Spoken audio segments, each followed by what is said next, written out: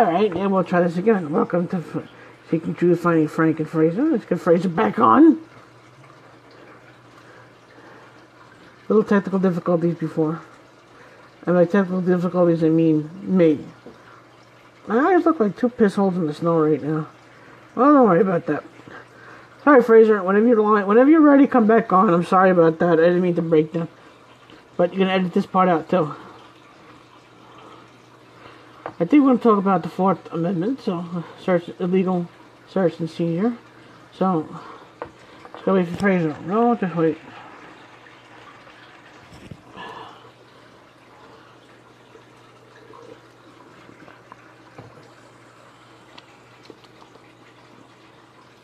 Is he online?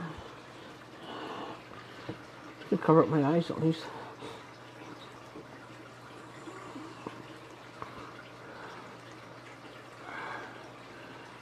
Alrighty.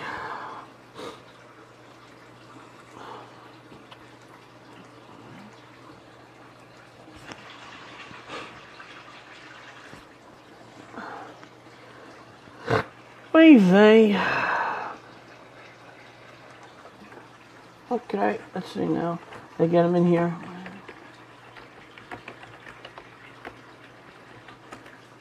Alright.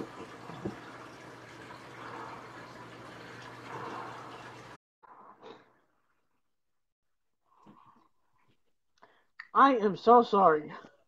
No, it's all right. A little bit of a break.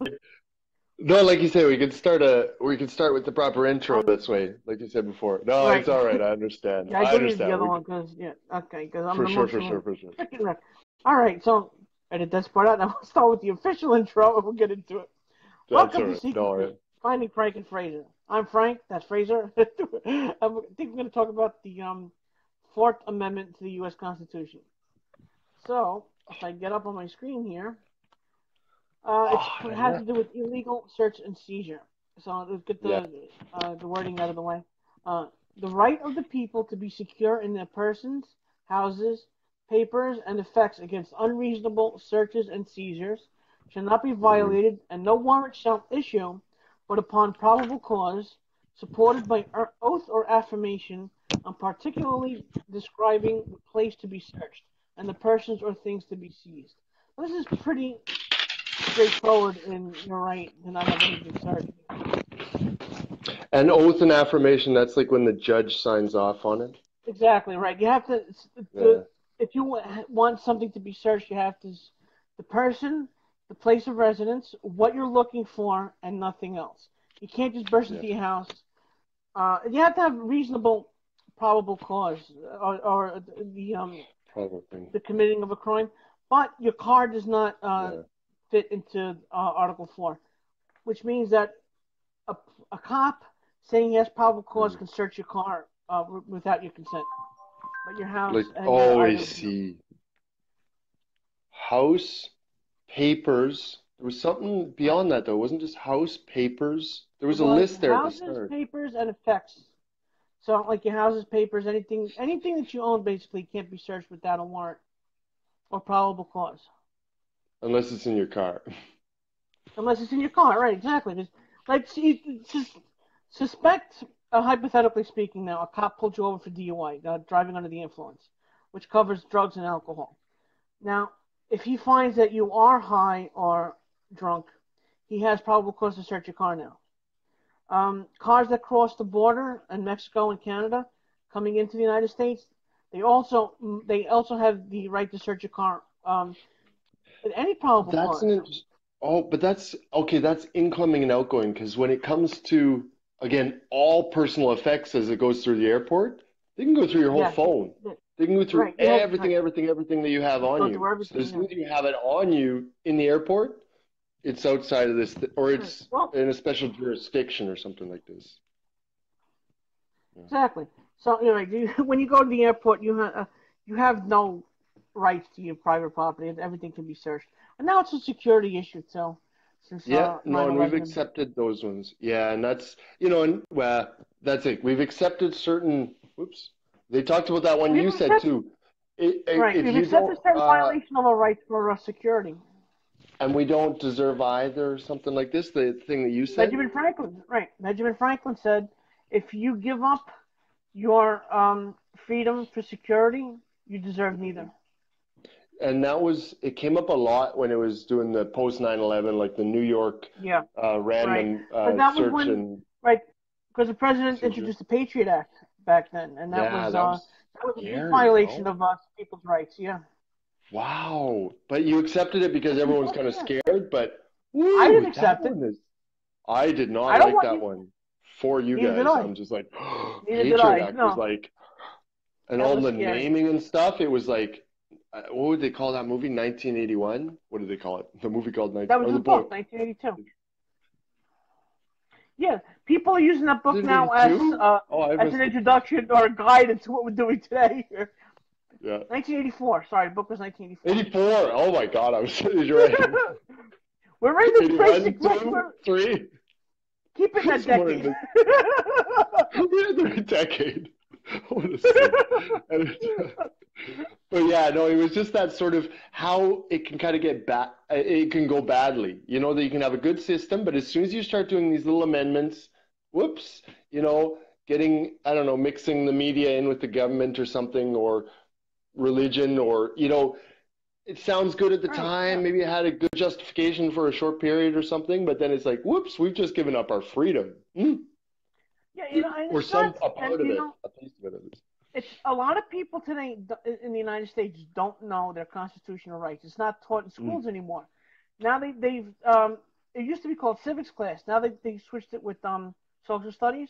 So nobody learns the Constitution anymore. So it's right pickings right now for have your rights taken away one by one by one, very slowly, until one day you realize, where did my rights go? Yeah. I agree. It's that government tyranny that's slowly creeping into our lives.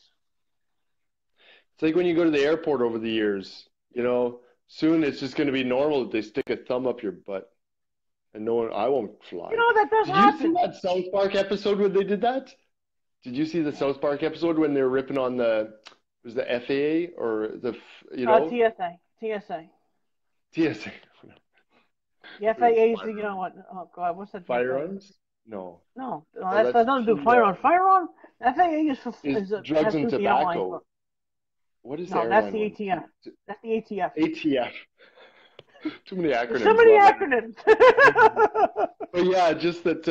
When South Park ripped on them, and it was like, it's true. I don't want to fly. It's just like they make it so uncomfortable and so intrusive.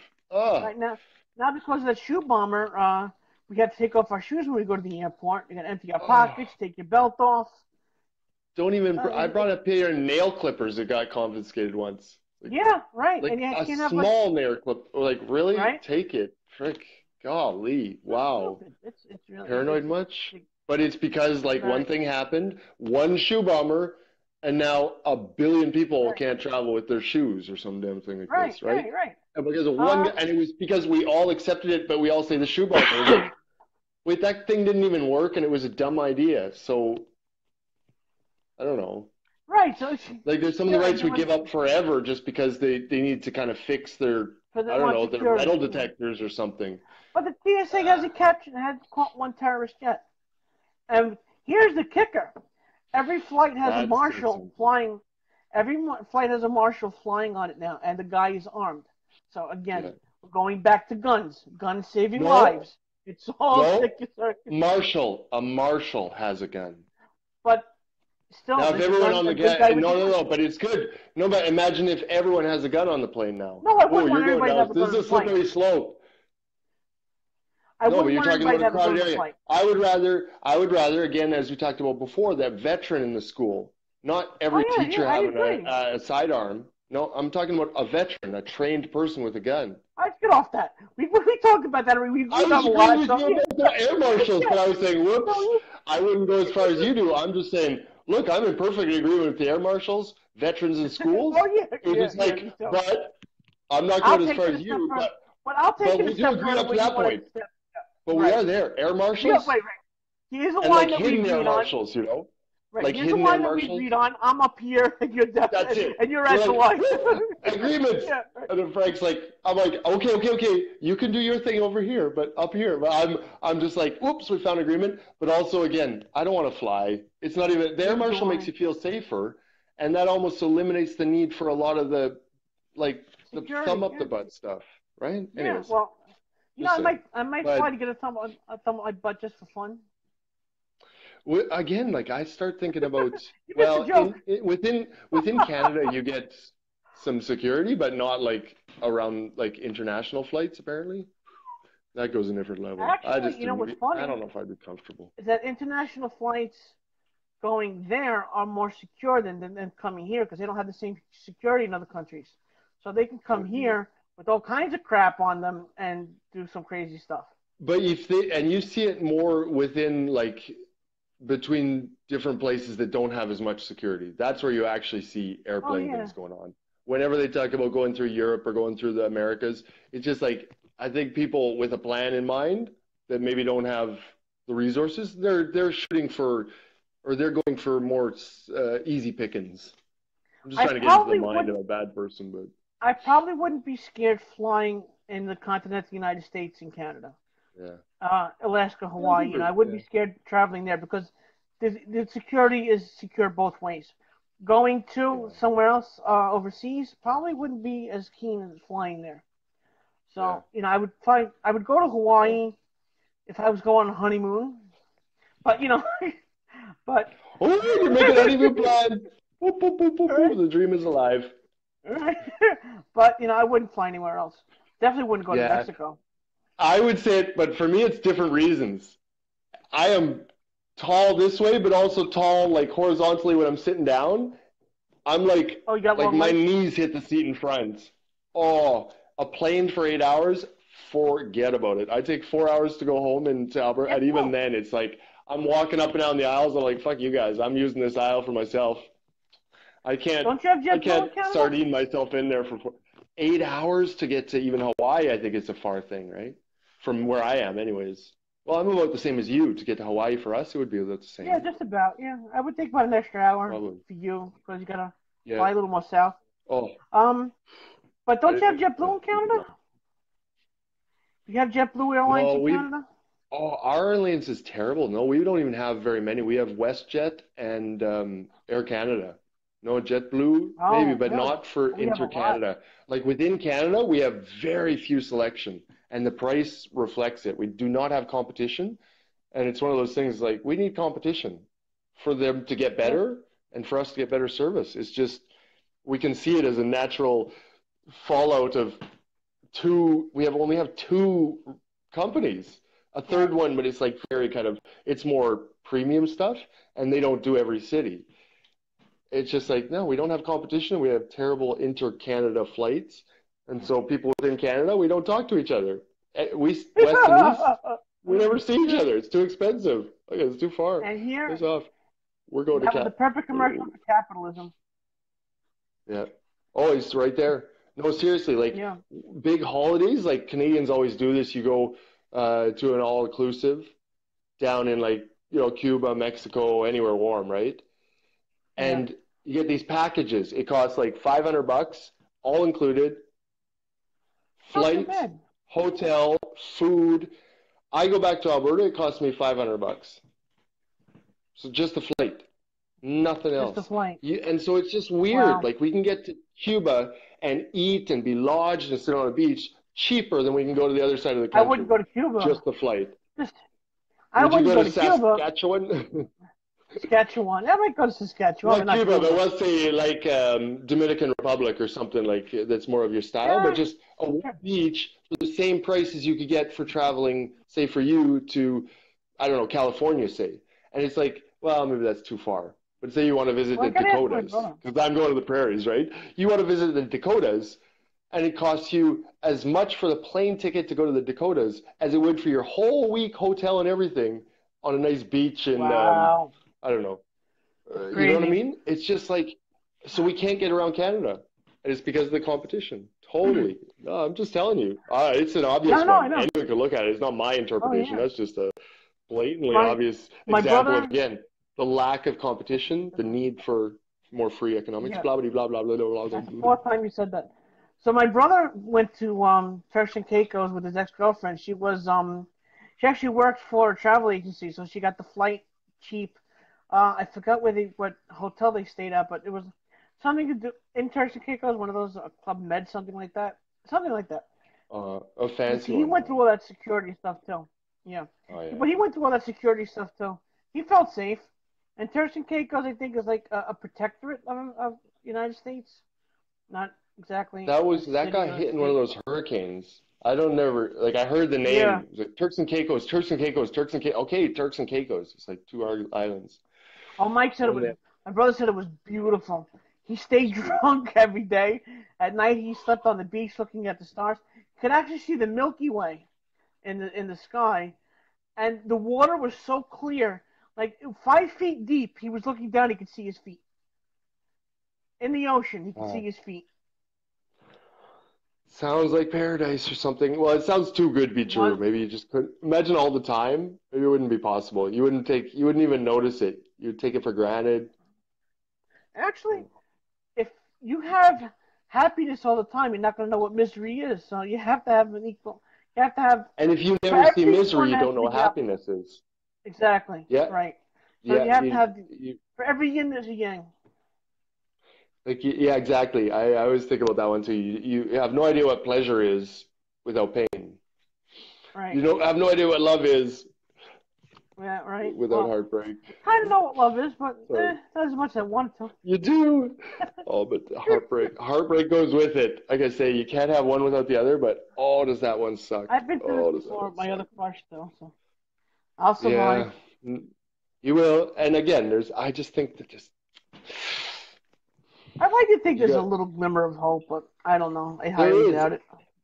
But it was going back, and there was the thing that I posted before, but it was about if you reason like what thing, maybe greater going on, as it were, that you can't see, you just have to accept. And again, if you're looking for signs, if that's the thing, or if it's just like, no, if that's what you really want and you put towards it, again, we're in the movement world where, again, maybe you want to go to Turks and Caicos and marry someone there. That would be a good idea. Why not? Frank. And I would visit you like every year, I swear. New York is like, Matt, kind of call me. Yeah. If you were down there, if you could afford to live we're going to visit Frank, guys. If I could afford to live in Turks and Caicos, I could afford to fly you down to visit me every year. They're expensive. Very rich, Frank. And you can't go out to the tourist places. You got to stay within the tourist area because outside the crime is so high. Really? Oh, that's too bad. It's like they say in some places, like it's just a real island of like the all-inclusive places. People go and they don't leave, and it feels like you're in Canada in terms of everything is served, everything you eat. You're drinking Tim Hortons coffee, and that but you leave it, and then you go to this is the country I'm in. It's a different world, and they make it like they really make a bubble around this all-inclusive place. I think but yeah, I see what you're saying. Yeah, but there's a lot of places in the world that their only instead of income is tourism. They have nothing else to offer, so they keep the tourist places safe, and the rest of the country is a shithole. Like there's parts of Jamaica like that, Turks and Caicos, Mexico, even Cancun now is in a big trouble. They have the crime rate just went up, skyrocketed. Is it? Oh, and their whole thing is like tourism. Destination. But wait, I want to go back a little bit. You talk about protectorate.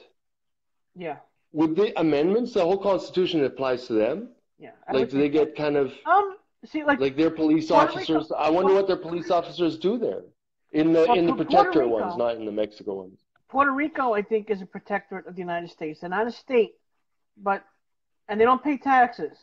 But I think they have this. They follow the same government that we do, but it's kind of funny the way that works, being a protectorate. Yeah. Anyways, but the fourth one, well, we touched on it a bit. But yeah, it's sort of like we would agree on that, and that there is at least what has been accepted as not breaches of that, but again, the car thing. Well, it's all right. The airport thing, it's like, yeah, for everyone's safety. And the car thing, I don't know. Well, the car thing has been like that since, I don't know, for a very long time. But then again, yeah, the police officer has to have some type of, what the hell's that? I mean, I've lost probable cause. Has to have some type of probable cause in order to search your car. Yeah. And it has to be recorded in the official paperwork. Because if they don't have probable cause and they search your car, they get in trouble. So they have to have reasonable probable cause. Are they doing more and more of the body cams? Yes. You are. You're more ahead in the body cams, aren't you? Yeah. I like that, actually. I really like that. Again, I don't know. What do you think? I love them. Because it actually exonerates a lot of officers now. Because the cases of police brutality have gone down something like 60 to 65% due to body cams. And because people used to lie, say this officer did this, that, and the other thing, but the body cam tells a whole different story. Oh, just both sides. Okay, I thought you were saying it was kind of keeping them honest. But yeah, no, just in sort of false testimony. Right, exactly, absolutely. Right.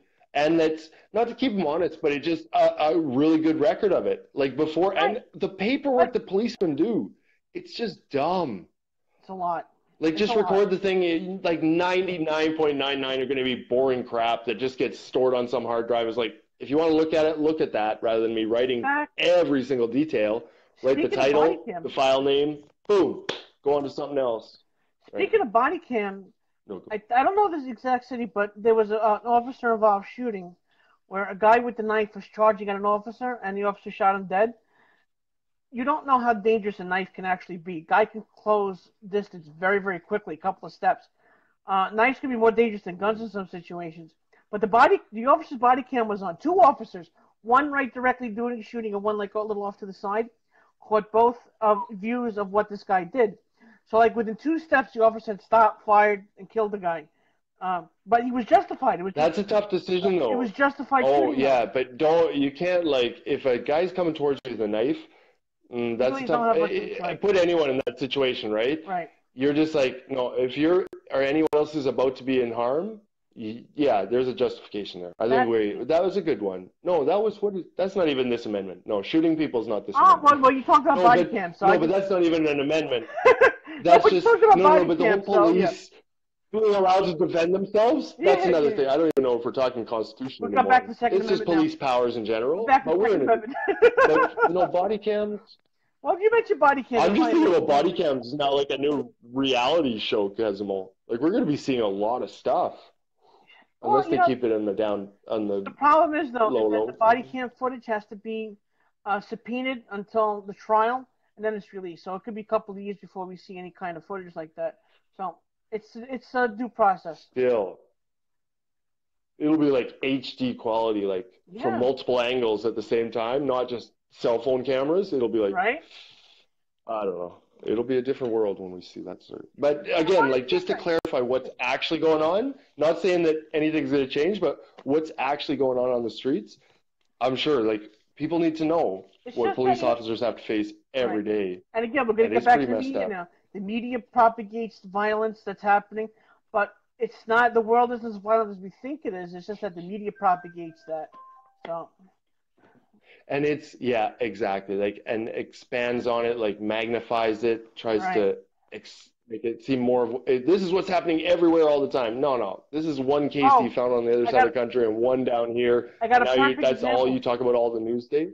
I got a good example of illegal search and seizure. You've heard, this wasn't illegal, but they had probable cause. You've heard that the girl who shot up the YouTube studio in California, the headquarters? No. You didn't hear about that? No. Oh. No. You Google it after we're done. There was a woman who's from Iran. She's Muslim. She's vegan. She is a feminist. She made these crazy YouTube videos. And YouTube decided to demonetize her. She went nuts, took a handgun in California where they had the strictest handgun laws, shot 3 people, and then killed herself. So when did this happen? Like this weekend? A couple days ago. The media buried it because it wasn't a white male. Wow. It was a brown female. Oh, I just don't hear about anything. In Canada, we had a pretty nasty one on Friday. There was a whole team bus of hockey players. I heard about that. got like, oh my, it's the only thing we hear about on the news. Fucking nasty. 16 people died from that crash. Oh, 15 right now, and like 4 still in like hypercritical. Oh my God. And anyway, today the big story was they had made a mistake, and they had misidentified. So one they said that was a survivor. One was definitely not a survivor. They mixed them up, and for 36 hours, that was the message to the media. And then horrible. It was today that they corrected it. Can you imagine? I can't. One family. So yeah, we haven't heard about California, but well, anyway. They searched. Anyways, they searched the car in the house. Sorry, search it. They searched the car in the house. Oh, of the woman to YouTube. Right. Okay, yeah. Sorry. That wasn't unreasonable search and seizure because one, she's dead. Two, she committed a crime. So they searched her house and her car. So that was. Yeah, I think here it's a little bit more. It's a little like the police can say kind of probable cause with a little bit less justification than in the East States, as I understand it. Just sort of like that guy looked funny. It was like, well, what? Yeah, and they can search his car. And it allows for a lot of leeway and a lot of abuse. And listen to this. But in different, but it's not totally bad, but they definitely can abuse it. It's too vague for what I'm In London, since the homicide rate has gone up really high, it's like the last couple of days, like more people in London were killed than people in New York. The mayor of London, Sadiq Khan, said people are going to be searched for knives now. There's no reason somebody can be carrying a knife on the street. So, yeah. That would be illegal in the United States. Like the random search and seizure, but with knives? Yeah, that would be illegal in the United States. I mean, it's legal in London. Actually, they're melting down the knives now. Right? Actually, Rudy Giuliani, who's going to cut the bread? Mayor of New York a couple of years ago, we talked about this before. It was stop and frisk in New York City for a while. Stop and frisk. Right. They were stopping people and taking illegal guns off the street. That's part of the Fourth Amendment, where illegal search and seizure. But the police were doing what's called profiling some people. They had to fit a certain profile or have previous record with the state. Previously been arrested, I should say, and they would be searched for illegal guns. Known, yeah, right. They'd be known felon or a criminal. So there were a lot of guns off the street. So that was. But what was the probable cause? So it wasn't a direct violation. You mean? Right. They just kind of said probable cause is right. They not that they stretched probable cause to that, but they identified. Well, they actually defined probable cause. Stretch on that. I would say it was a stretch of probable cause, but it worked. I think in the years that it was. Then after a while, they took it back. Yeah, Bloomberg took it off you. Bloomberg took it off. Okay. They took a lot of guns off. Anyways, again, 900. They seized about 900 guns, from what I hear. Wasn't that my solution? Yes. No, I'm just joking. No, but illegal ones, the ones you couldn't find through registries, you won't be able to find them on a registry. I'm just saying, right? No, you did have that solution before. Well, it has to be, and I thought about that. Like, how can you do it if you call in all the guns? The only guns that you're going to be able to know where they are the legal ones. So you melt all them down, and the only ones that are left are the illegal ones. So that's not a very decent solution. They did something about, I can't remember if it was Canada or the States. I'm pretty sure it was Canada, but where they said I think it was Canada. It was you turn in your guns if you don't want them. Yeah, I heard about that. And then basically what you do, it doesn't have to be illegal or not. It's like if you have a gun and you don't want it and you don't know what to do with it, call the cops or call this thing. They'll come and pick it up. Not a buyback, but it was, and you get immunity. But the buyback, no, they weren't paying for them. No. Because Australia had a buyback policy. Oh, that was the melt. Yeah. Yeah, that was their policy. Had to buy. Again, like you said, immunity. Whether a gun was legal or not, you brought it in, and they bought it back from you. That's it. It was something, but you probably wouldn't be getting the worst ones anyways. But I don't know. The New York one, again, it was temporary. That's good. And it got some guns off the street. That's good. but it's still an invasion. I don't like the stop and frisk thing, honestly. Even if it got guns off, I still don't really like it. I don't think, back then I did, but I wasn't aware of my constitutional rights. Now that I'm more aware, I'm against it. But and this is what you're talking about. If you're only slightly educated on it, it can be dangerous. Right. Mm-hmm. So here's in 2006, I got some statistics. In 2006, New Yorkers were stopped by police 506,491 times. 90% were innocent. 500,000? Right. 90% were innocent. 500,000 people were stopped? 506,000, yeah. And 90% not just stop and frisk, innocent. like total stops. No, stop and frisk. This was a stop and frisk thing. 90% were innocent. Think about that. 90%. So this is why something like that. I'm thinking about 500,000. Wait, they're not all New Yorkers, but you're 8 million in New York. It's like 6% of the population. In 2008, 540 were stopped. 540,000. 2009, 581,000. 2010, 601,000. In 2011, 685,000. 2012, 532,000. 2013, 191. So it really went down. 2013. Wow. In 2014, 45,000. 2015, 22,000. 2016, 12,000. And in 2017, 10,000.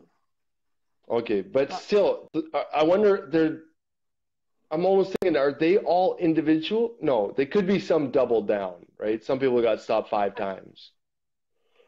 Yeah, that could happen. I could assume that. I don't know. Because otherwise you add them all up and it's like, no, it has to double down. Because then you add up, it's like 3/4 of the population of New York. You know what I mean? Not 3/4, it's 5. It's like good half of Greater New York. 500,000 is not even what? There's 11 million people but over. No, but I'm talking about over since what did you talk about? 29. You had about 4 or 5 years above 500,000. So if you add them all up, I'm saying, you get to around like 3 million. You see, I'm just saying they must have been doubled down. Yeah. Are you talking about close to 90% being innocent? So, what good did it do if you're stopping all these innocent people? I don't think the conviction rate was that high either. I think the conviction rate was about 3%. Really? Oof. But a lot of guns, but still, waste of police resources, really, if it's that much kind of false negatives. Yeah, stop and frisk, only 3% of 2.4 million resulted in conviction. So what good did it do, really? You violated all these people's rights to get a 3% conviction rate. And I don't think that it would have a big impact on crime either. You get some of the people that were just, maybe nasties as you were, walking around just thinking they're hot shit, and then they either have to go underground for a while, like hide while this thing is on, or they're not going to carry contraband on them the whole. Or you're not going to carry contraband on you 24/7. You're going to go out. You can do your regular things when you're out, and only carry when you need to. But that's the justification. But it's like, okay, we'll give up some of our freedom to get those nasties off. But 3% for security, freedom, do you deserve either? And for only 3% of you're right. And 3% conviction rate, it wasn't really worth it. I mean, and again, you're wasting police resources, stopping people unnecessarily, violating their constitutional rights. And I would assume, I don't know, that a lot of people would sue for their civil rights, because you can do that in America. Someone violates your civil rights, being constitutional rights, you can sue them. Could have sued New York. You can sue the city of New York, yeah. A lot of people have done that. And they get millions in payback. Oh, poor taxpayers, homeowners. No, sorry. Oh, you have no idea. We get ripped off here. It's crazy. When you pay rent, you're feeling that tax. That's what you're feeling in your rent for sure. But yeah. Oh, sorry, I'm dwindling a little bit here. But we got through the fourth pretty good, no, didn't we? We did a pretty good fourth. That's pretty good, yeah. Fourth Amendment. That's good. As far as the fifth. I haven't gotten past as far as the Constitution yet, so this is new for me too. They never taught the Constitution in school when I went to school, and we're talking about what? I'm 46. They used to have this. They should teach this in starting like the 4th or 5th grade, start to know your rights. So. Sure. No, but I'm interested. It's interesting. I wouldn't know it anyways. Like we learned some of the Constitution stuff here, but at that grade. And I remember them doing a diagram of how a bill goes through, and I was like, there's bills doing things. Oh, it's so boring. But we learned it. But we couldn't learn all of that and the Constitution, you see, your Constitution. We actually had after school little snippets, after school songs explaining how a bill becomes a law.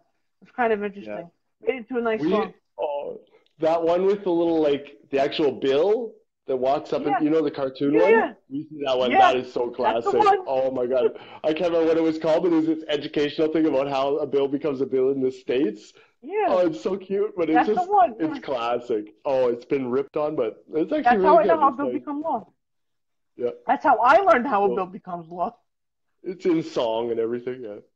Interestingly enough, because of America's checks and balances, grade 5 and 6, that's how you go to grade 5 and 6. Yeah.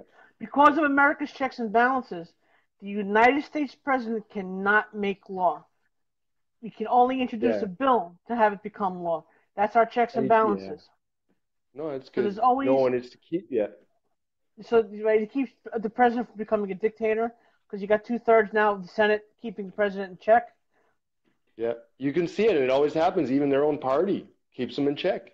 Barack Obama was kind of a Barack Obama was trying to do a lot of things, and the Congress kept him in check. They could let him do a lot of stuff that he wanted to do. But I mean, even when it's his own, or even when it's Trump's own, even them, they're saying, no, we got purse strings over here.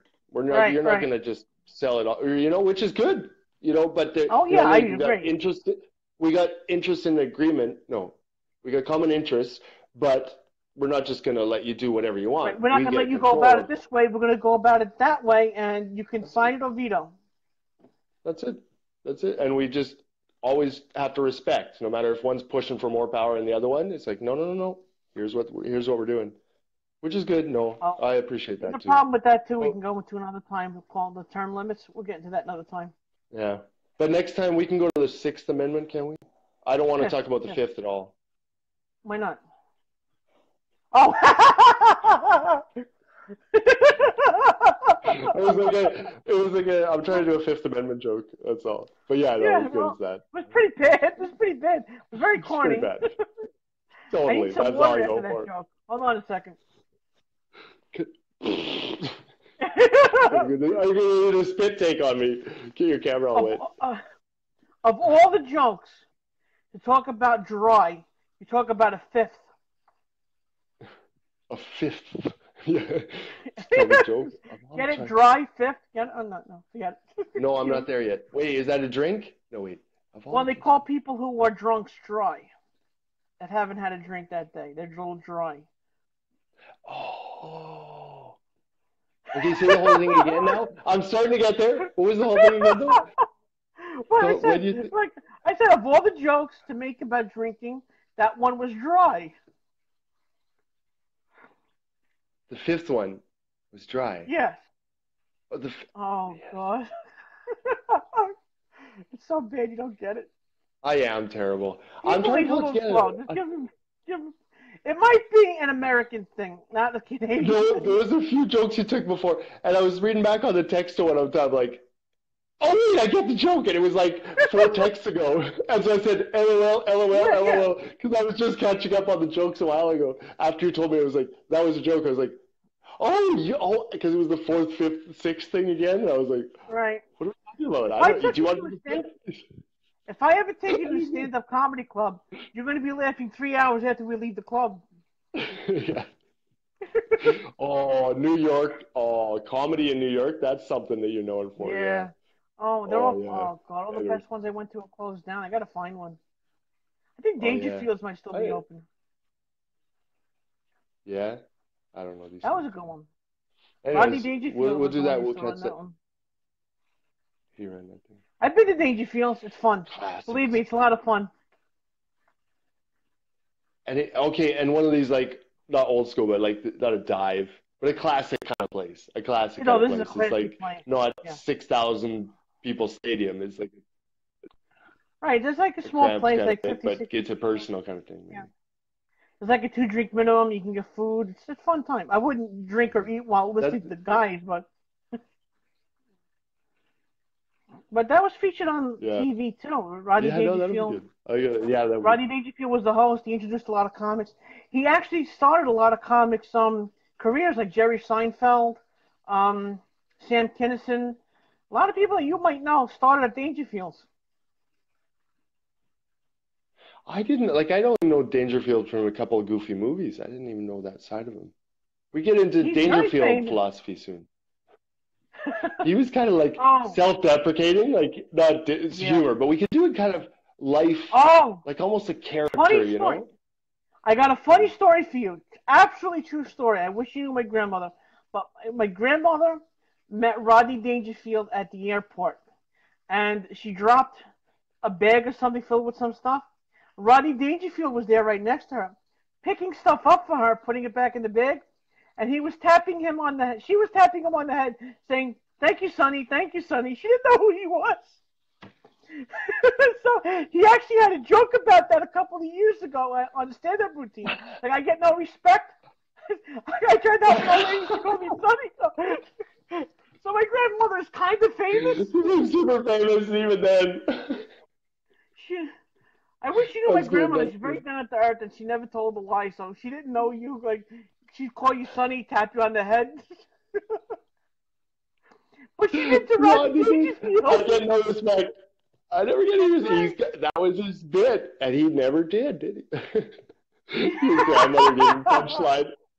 That's funny. She made it into a show. That's good. Yeah. My grandmother was a punchline. Could you imagine that? Oh, you want to see good Rodney Dangerfield movie? Oh, he got a lot. Easy Money, Back to School with two of them. Gotta watch these. Very good movies. Funny as hell. It's not. There's some ringing a bell. I don't know all that I saw with him. I know I saw one when I was young. It was probably the first one. Was Ladybugs. It was a stupid kid. It was silly, but he didn't really like. He was just got to be a goofy coach, right? Yeah. Do you remember that? And stuff was better. Groundhog Day. That's got to be one of his. That was Chevy Chase. But he was in it though, wasn't he? Rodney Dangerfield was in it. No. Not a principal. I don't think he was in it. You make me look it up. Turn my It doesn't matter. No, but yeah, Rodney Dangerfield. I gotta look him up because I didn't know much about his story. Just that, like that. He's just that one punch. Like, I got no respect, or no one gives me any. How does he say it? Something like this. Yeah. I get no respect. No respect. I get no respect. Oh, wait, his eyeballs would just pop out of his head. Yeah. He actually didn't start getting famous until he was in his 60s, so it's not too late for anybody, really. Nope, I don't see him in it. Are you telling that to me, Frank, or am I telling that to you? You're telling that to me. It's not too late. Think about Rodney Dangerfield. Oh, we're totally doing Rodney Dangerfield now. It's not too late, Frank. You didn't get famous till the 60s. Oh, my God. There's got to be so much with him now. There's got to be a ton with him. He's got to have more than Yogi Berra. It's true. Oh, and just the weird way he was. Oh, we could do that. Like, again, I like that. Pick it up on some string like this or thread. Because it would take an episode or two. It wouldn't be like 50 yoga-isms. But there's depth there that I haven't seen. I don't know. Like, some of these things you're saying, I don't know. Those two other movies, I've heard of them, but I don't know. Watch Back to School. You'll love that one. Easy Money was Rodney Dangerfield and Joe Pesci. Fantastic together. Wow. You don't know who Joe Pesci is? Oh, yeah. Like, shorter guy? What was it? Cousin Vinny? No, Cousin... My Cousin Vinny. Yeah. My Cousin Vinny. Macchio, Joe Pesci. Great movie. Wow. I love that movie. That's actually how Italians are. If you ever... That's actually how Italians act. That was great. And just that crime thing, like it was just so well done. Him and his girlfriend. Oh, that was so good. Oh, I love her. Oh. Yeah. She's one of the What was her name again? Maryse? No, what was her name? I'm going to find out. Oh. Marissa Tomei. Marissa Tomei. Yeah, that's it. Wow. Yeah, she's pretty. Oh, she's fiery. Yeah. Yeah. Anyways. Italian from Brooklyn. Joe Pesci's from Brooklyn. Oh yeah, Rodney Dangerfield's from Brooklyn. Oh, Robert De Niro's from Cars Brooklyn. Too. Oh, that's why I liked it. That's why we like it. It was the whole Cars thing. Remember? She was like an encyclopedia of cars from Brooklyn. Yeah. Right. You think I'm awesome now? Wait till tonight. Oh, that's. I love that. Joe Pesci. Hey, we could do a whole nother one on Joe Pesci now. Oh, jeez. Well, he hasn't always played a funny guy either. He's played some heavies in some movies. Yeah. No, and that's. Oh, yeah. Casino? No, anyways. But anyway, we shouldn't go off on a tangent. No, what did he play in? No, we're way off now. Anyways, we're Italian actors. Did you see? What did he play in? Did he play in Casino? Joe Pesci? Casino, I'm sure Goodfellas? Yeah. Yeah. I'm sure it's going back. Like I haven't watched them recently, but I'm sure going back to a synopsis, I could probably oh yeah. Oh, Casino was a long one. Sharon Stone, Robert De Niro. Oh God, how many people are in that one? A lot of big names in that one. Everyone was in that one. Yeah, I remember that. It was like late '90s, early '90s. Right around then, anyways. That it was coming out. That was a big blockbuster because all the big stars were in it. I remember that. Robert De Niro, Sharon Stone, Joe Pesci, James Woods, Don Rickles, Frank Vincent, Kevin Pollak, Alan King, L.Q. Jones, Dick Smothers, Pasquale Caggiano. Wow, all these big people. Yeah, and not just big now. They were all big stars at the time, right? They were all developed. Frankie Avalon. Yeah, Philip Soriano. Yeah, these are all well-established actors. Jerry Vale, Steve Allen, Jane Meadows. Yeah, I remember having some hype when it came out. Yeah. 1995. 95, eh? Yeah, again, that's when I'm hitting my kind of age of. Hey. Like in 95, I'm 16. So that's kind of the age of like those kind of movies, right? So anyways. I have never heard a Canadian say A until right this moment. You've made my night. Okay. 1995, eh? That's a Canadian thing. It's strictly Canadian. It's all about the accent. All about the accent. All about the accent. South Park, yeah. About, yeah, exactly. I'm getting that from South Park. I don't even say that one. South Park! We don't say that stuff, eh? Eh? Oh, it's nothing but yeah, that's it. All right, well, I guess to sign off now. So this is Seeking Truth, Finding Frank Fraser and Rodney Dangerfield. And Marissa Tomei. And Marissa Tomei, right. All right. We'll see you another night. God bless and good night.